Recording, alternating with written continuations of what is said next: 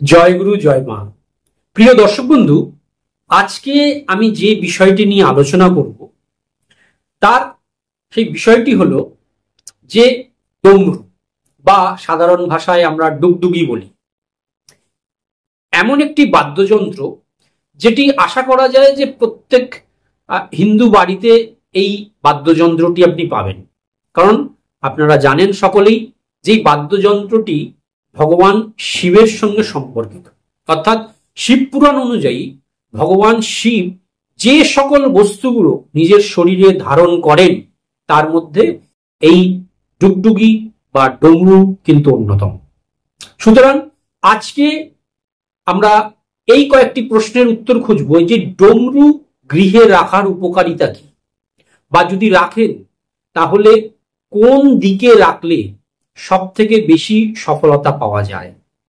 কারণ এটা আমরা সকলেই জানি যে ভগবান শিব অতি দ্রুত প্রসন্ন হন কেউ যদি এই ডমরু বাজিয়ে যে কোনো শিবমন্ত্র যদি আপনি পাঠ করেন বা জপ করেন, সেটা শিবাষ্টকম হতে পারে, রুদ্রাষ্টকম হতে পারে, শিব তাণ্ডব হতে পারে, শিব কল্পতরু হতে পারে, ঠিক আছে, দারিদ্র দহন শিবমন্ত্র হতে পারে।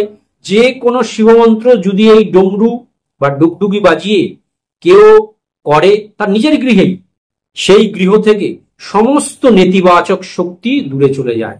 ঠিক আছে, ছাত্রছাত্রীদের গৃহে পড়াশোনার জায়গায় যদি ডমরু রাখেন এবং প্রতিদিন যদি সে ওম নমঃ শিবায় জপ করতে করতে এই ডমরুটা বাজানো শুরু করে, তাহলে দেখবেন তার গৃহ থেকে বা সেই পড়াশোনার ঘর থেকে যত রকমের নেতিবাচক শক্তি আছে সেগুলো দূরে চলে যায় এবং দেখা যায় যে তার পড়াশোনা ইত্যাদিতে মনোযোগ বৃদ্ধি পায় এবং বিদ্যা এবং শিক্ষায় সে দ্রুত সফলতার দিকে এগিয়ে যেতে পারে। আসুন দর্শক বন্ধু, এখন আমরা জানার চেষ্টা করব যে এই ডমরু গৃহে রাখার অন্যান্য আর কি উপকারিতা আছে, আর এই ডমরু কোথায় রাখলে সব থেকে বেশি ভালো ফল পাওয়া যাবে। দর্শক বন্ধু, এখন আমরা প্রথমে আলোচনা করব বাড়িতে কোথায় কোথায় ডমরু রাখা শুভ বলে বিবেচিত হয়। বাড়িতে শিবলিঙ্গ থাকলে তার পাশে ডমরু রেখে দিন, আর শিবলিঙ্গ যদি না থাকে শিবের ছবি বা মূর্তির পাশেও এটি রাখা যেতে পারে। বাস্তু অনুযায়ী বাড়ির উত্তর পূর্ব দিকে ডমরু রাখার জন্য সবচেয়ে উপযুক্ত, কারণ উত্তর পূর্ব দিক বা ঈশান কোণকে শিবস্থান বলা হয়। তাহলে এই দিকে ভগবান শিবের প্রিয় যে কোনো বস্তু রেখে দিন, তিনি অত্যন্ত প্রীত হন, প্রসন্ন হন। এর দ্বারা যে কোনো দেখবেন মনস্কামনা আপনাদের পূরণ হয়। এবার প্রশ্ন হলো কতটুকু বা কত বড় বা কোন আকারের ডমরু গৃহে রাখা শুভ। দেখুন, বাস্তুশাস্ত্র অনুযায়ী বাড়িতে কিন্তু বেশি বড় আকৃতির ডমরু রাখা উচিত নয়। সাধারণত আপনার হাতের পাতার তুলনায় ডমরু যাতে বড় না হয় সেই দিকে লক্ষ্য রাখতে হবে। অর্থাৎ আপনার হাতের পাতার যতটুকু সাইজ সেই অনুযায়ী কিন্তু ডমরু কেনা উচিত। এবার ডমরু কিভাবে রাখবেন গৃহে?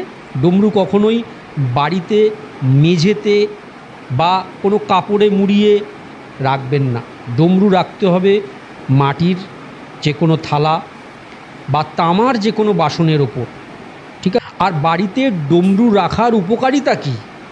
শাস্ত্রমতে যে বাড়িতে ডমরু থাকে সেখানে কখনো অমঙ্গল হয় না।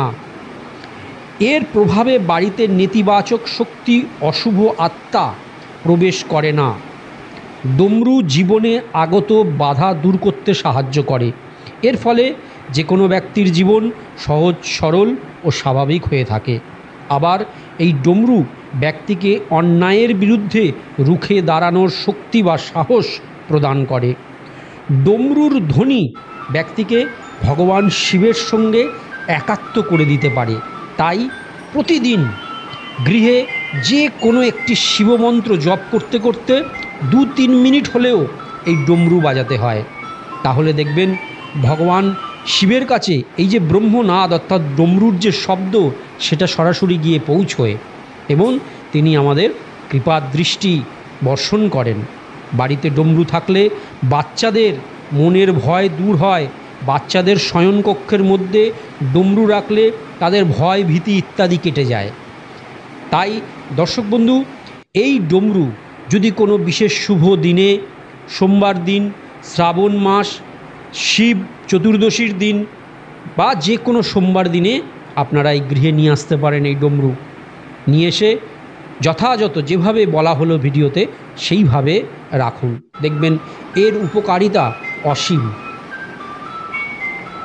এর সঙ্গে সঙ্গে আপনাদেরকে অবশ্যই শেষে বলতে চাইব যে যদি আপনারা আপনাদের বাস্তু বিষয়ক কোনো কিছু জানতে হয়, গৃহের বাস্তু সম্বন্ধে পরামর্শ নিতে হয়, তাহলে স্ক্রিনে দেওয়া নাম্বারগুলোতে আপনারা আপনাদের নাম এবং অ্যাপয়েন্টমেন্ট বুক করে অবশ্যই আমাদের সঙ্গে যোগাযোগ করতে পারেন। অনলাইনেও যোগাযোগ করতে পারেন, যে কোনো চেম্বারে এসেও যোগাযোগ করতে পারেন। ভিডিওটি এখানেই শেষ করছি। আগামী ভিডিওতে আবার নতুন কোনো বিষয় নিয়ে আপনাদের সামনে উপস্থিত হব। ততক্ষণ পর্যন্ত আপনারা খুব ভালো থাকুন, সুস্থ থাকুন, আনন্দে থাকুন। জয় গুরু, জয় মা।